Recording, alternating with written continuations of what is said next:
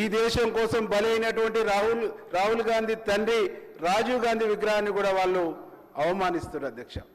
Pack చేసి ఈరోజు గాంధీ భవన్ పంపిస్తున్నారు అధ్యక్ష. ఈరోజు వారి త్యాగాలు లేనిది, కాంగ్రెస్ పార్టీ లేనిది తెలంగాణ వచ్చేదా? వారి 10 సంవత్సరాలు ముఖ్యమంత్రులుగా మంత్రులుగా కొనసాగేటోళ్ళ అర్థం చేసుకోవాలి, ఆలోచించాలని చెప్పేసి ఈ సందర్భంగా గుర్తు చేస్తూ ఉన్నది అధ్యక్ష. వారికి చివరికి రాజీవ్ గాంధీ విగ్రహం చూస్తే కూడా భయం వేస్తుందని చెప్పేసి నేను భావిస్తున్నా అధ్యక్ష.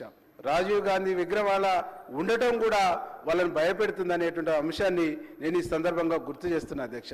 అధ్యక్ష, వాళ్ళు విగ్రహాలను చూస్తేనే భయపడతారు, కానీ ఈరోజు మా ముఖ్యమంత్రి గారు, మా ప్రభుత్వం, మా మంత్రులను చూస్తే వాళ్ళకి నిద్ర పడతలేదు అనేటువంటి ఒక విషయం కూడా చాలా స్పష్టంగా అర్థమవుతుంది అధ్యక్ష. అధ్యక్ష, 2 విషయాలు ఈ సందర్భంగా గుర్తు చేస్తాను. పదే స్లీపింగ్ విమర్శలు చేస్తూ ఉన్నారు, పదే మాట్లాడుతూ ఉన్నారు అధ్యక్ష. ఈరోజు తెలంగాణ రాష్ట్రం ఏర్పడక ముందు తెలంగాణ రాష్ట్ర బీఆర్ఎస్ పార్టీ ఆదాయం ఎంత, ఈరోజు ఆదాయం ఎంత అధ్యక్ష? ఎక్కడి నుంచి వచ్చింది అధ్యక్ష? ఎక్కడి నుంచి వచ్చింది అధ్యక్ష?